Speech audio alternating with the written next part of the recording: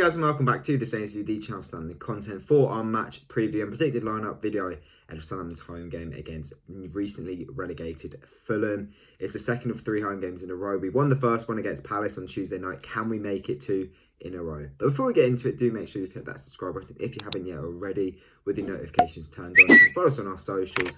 Right, let's get into it. Now, before we talk about Fulham, let's talk about the Palace game. Apologies, no review got out for that again. Like I've said, we're busy, but for now, it seems to calm down a bit as we head to the end of the season. So hopefully, content for every game. But anyway, yeah, we just needed it. We needed the win.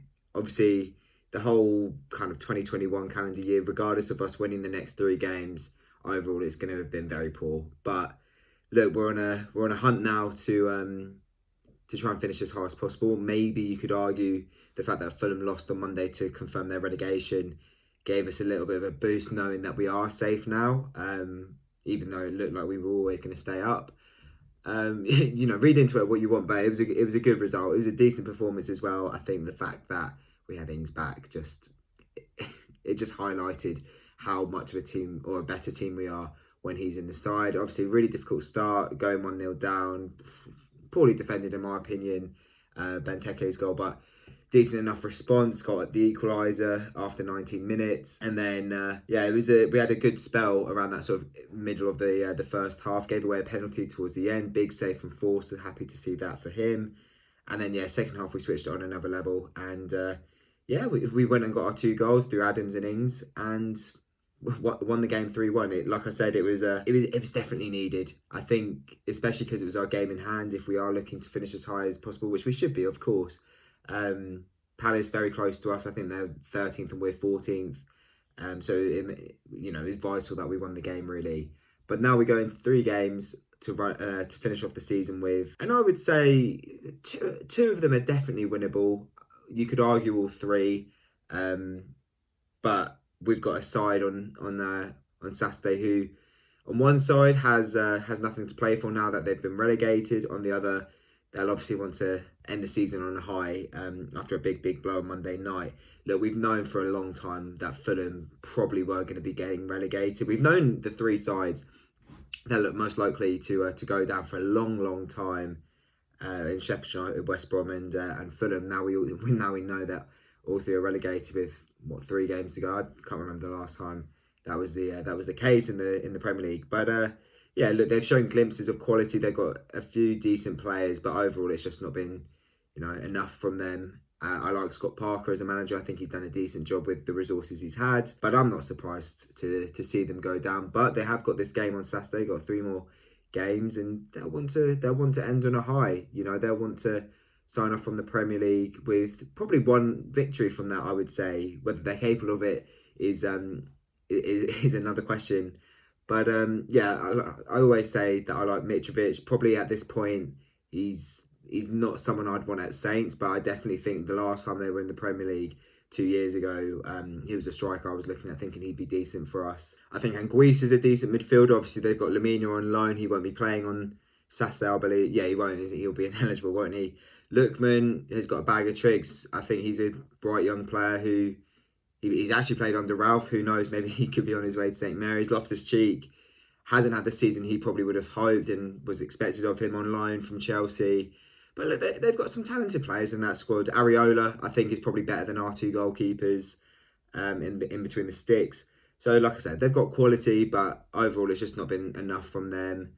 And it's a game where I look at it and think, we should be trying to win this one, or not trying to win this one. We should be trying to win this one comfortably, I should say. I'd be looking at this and thinking it's a great opportunity to get 3 points. It's a great opportunity to get fans back on side ahead of the return on Tuesday night, or next Tuesday night, I should say, because I think there's been a lot of disappointment in the second half of the season, given how badly it's gone from where we were. And of course, I'm not saying that there would be any sort of negativity, but with 8,000 fans returning next Tuesday for the Leeds game, I think it would be nice for us to go into the game in a little bit of form. Getting that point against Leicester, getting the win against Crystal Palace, and obviously with a win on against Fulham, hopefully. So I think we should be looking at winning this one comfortably. We should definitely be confident and we'll definitely be favourites. It's just a matter of whether we show up, whether they show up. That's pretty much what it's been for the whole sort of 2021 so far with Saints. But in terms of our predicted lineup, let's go on to that. In goal, I think it'll be Fraser Forster. Very good game again against Palace. He was decent against Liverpool, made a few good saves. But of course, with the penalty save against Palace, that's good from him. McCarthy, I feel he's a little bit unlucky at the moment. If Ralph's kind of back and forth between rotating the keepers, he might opt for McCarthy in this one. But for me, I think Force is probably edges it slightly in terms of the better goalkeeper. Again, I think it's an area we need to recruit in the summer. But for now, I think Fraser's going to be in between the sticks. In terms of the back four, I'd like to see Jack Stevens at left back again. Had some good moments, one very, very bad moment against Palace, got away with it. Just showed that he has that lack of consistency that hinders him from a regular starting space. I thought he was very good at Liverpool though, so I'd like to see him start, and I think he's the only option now that Bertrand's been confirmed leaving, which is, sad, but nothing that's kind of a surprise really. In terms of the centre-back pairing, I think it's going to be Yannick Vestergaard. And I've said I'd like to see Mohamed Salisu start. Jan Bednarek came off at half-time with a little bit of a small issue, Ralph said, and also he was on a yellow card, so Salisu came on. And you could argue that he helped a lot in the second half because we were better in that second. So I'd like to see Salisu start, and he might. Who knows? And I think Ralph should give him a chance. And then at right back, Kyle Walker-Peters, no doubt about that. In the middle is yet to be known whether Oriol Romeu is fit for the game. So I'm just going to assume that Diallo and Ward-Prowse will go in the midfield, or actually potentially Armstrong. They've played in that central position, haven't they, in their little pivot. So actually, yeah, I'm going to go with that. I think it'll be Armstrong and then Ward-Prowse. Ralph, again, might opt to give Diallo some minutes. But that little partnership in the middle has worked a little. It's worked all right.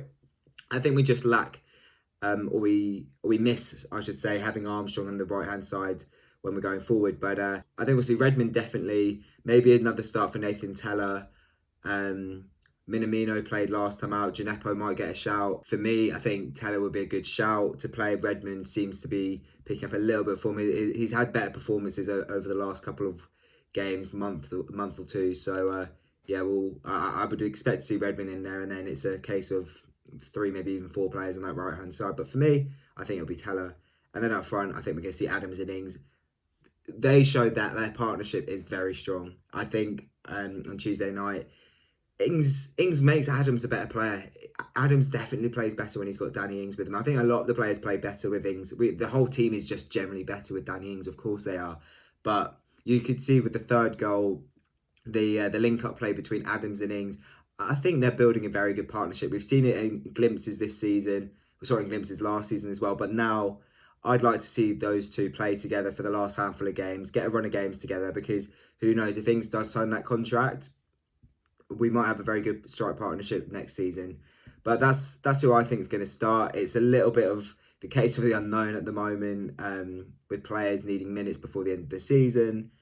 But yeah, I think that's a decent enough side, and it's definitely one that should be beating Fulham. But thanks for watching the video, guys. If you have enjoyed it, leave it a like and subscribe if you haven't yet already. Let me know in the comment section below who you would like to see start and your score predictions. For me, I'm going to go with a comfortable 2-0 win for the Saints. Follow us on our socials, and we will see you after the game for our match review, hopefully after a big 3 points. Take it easy, guys.